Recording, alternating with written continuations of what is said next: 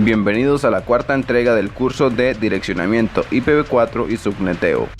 Con el tema del subnetting debemos ser muy cuidadosos, por eso aún no podemos pasar a los ejercicios sin antes dominar dos perspectivas: la perspectiva de diseño y la perspectiva operacional. La perspectiva operacional es a la que nos enfrentamos cuando, por ejemplo, recién somos contratados en una empresa y ya encontramos una red montada, con su plan de direccionamiento IP ejecutado y puesto en marcha. En este escenario debemos analizar e interpretar la red que otra persona en el pasado diseñó para esa determinada empresa. Pero no podemos pasar a este plano sin antes pasar por el plano de diseño. Así que en la entrega de hoy y probablemente en las próximas dos entregas hablaremos de la perspectiva de diseño. Existen tres pasos que debemos considerar a la hora de diseñar un plan de direccionamiento IP para cualquier empresa. Primer paso: analizar las necesidades de la empresa, y esto incluye determinar el número de subredes, determinar el número de hosts por subred y por último, determinar si todas nuestras subredes serán de un mismo tamaño. Segundo paso: diseñar las subredes. Esto incluye seleccionar la red, seleccionar una máscara y por último listar todas las subredes. El tercer paso trata del plan de implementación, que incluye elegir los sitios donde será implementada cada subred, planear qué direcciones de cada subred serán asignadas estáticamente o dinámicamente a cada nodo. Ahora veremos el primer paso en detalle: analizar las necesidades de direccionamiento y subneteo. En este punto es necesario plantearse y responder cuatro preguntas fundamentales. Número 1. ¿Cuáles hosts deben ser agrupados juntos en una misma subred? Número 2. ¿Cuántas subredes necesita la red empresarial? Número 3. ¿Cuántas direcciones de host requiere cada subred? Y por último, ¿usaremos subredes de un mismo tamaño por motivos de simplicidad o no? Respondamos a la primera pregunta. Gracias al video anterior, ahora sabemos las reglas para que dos o más hosts pertenezcan a la misma red IP. Y reforzando este punto, dentro de una misma subred, las direcciones IP deben ser asignadas contiguamente a cada nodo. Por ejemplo, si un nodo tiene la dirección IP 172.16.10.1, las demás computadoras deberían tener la IP 172.16.10.2, 172.16.10.3 y así sucesivamente. Al agrupar los nodos en una misma subred con direcciones contiguas, facilitamos el trabajo de enrutamiento del router. Esto es algo que veremos en su momento al hablar de enrutamiento IP. Entonces, las direcciones IP son agrupadas contiguamente en grupos llamados subredes. Y acá debemos seguir al pie de la letra las siguientes dos reglas. Las direcciones IP en la misma subred no serán separadas por un router. Las direcciones IP en distintas subredes serán separadas por un router. Estas reglas las vemos reflejadas en la siguiente imagen. En esta imagen podemos apreciar que los hosts A y B pertenecen a una misma subred, pues no están separados entre sí por el router R1.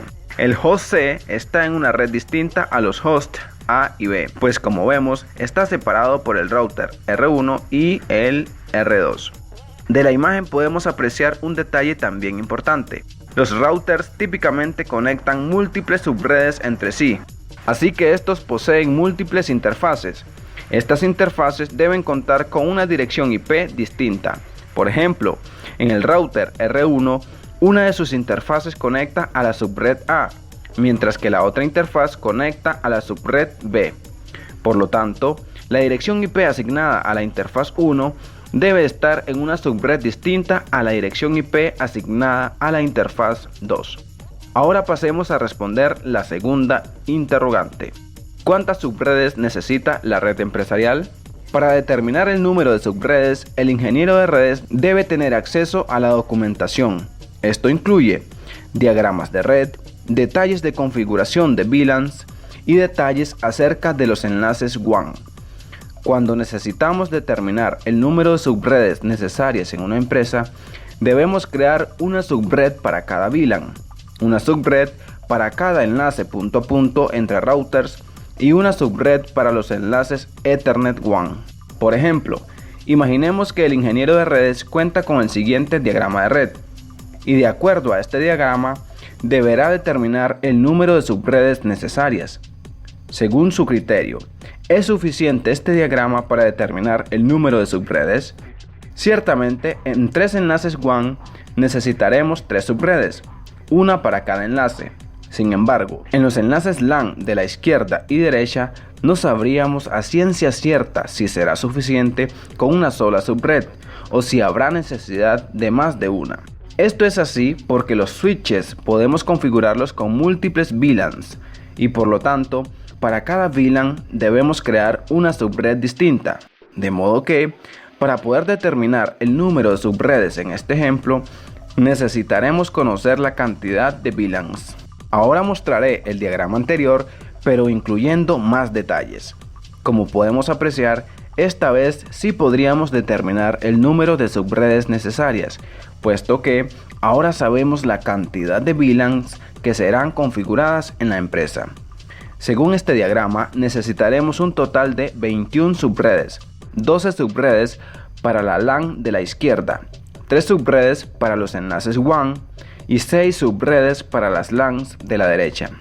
Finalmente, cuando pasamos a un plano meramente laboral, es necesario considerar el futuro crecimiento que puede lograr la empresa.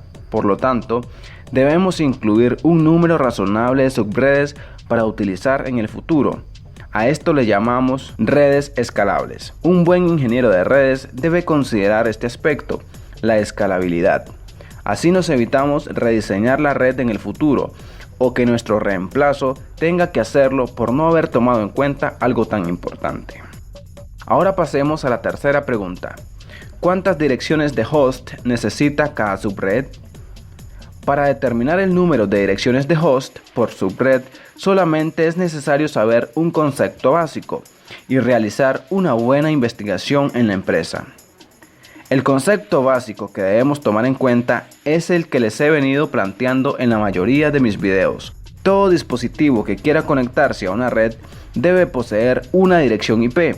Así que las computadoras, los servidores, firewalls, routers, switches, impresores en red, etc. deben contar con una dirección IP. Ahora, con el tema de los routers, debemos saber que cada interfaz del router debe contar con una dirección IP distinta y los switches deben contar con una dirección IP para poder administrarlos remotamente. No es estrictamente necesario que investiguen el número exacto de host que albergará cada subred. En vez de hacer esto, podemos investigar cuántos hosts albergará la subred más grande y con esta información podremos determinar la cantidad de direcciones de host para cada una de las subredes.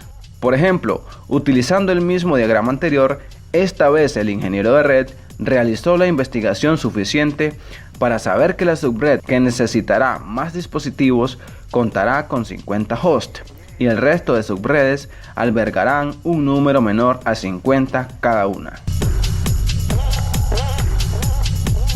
Muy bien, mis queridos TIC-Masters, agradezco el tiempo que le dedican a mis videos. No olviden darle like, comentar y suscribirse si quieren apoyar este pequeño proyecto.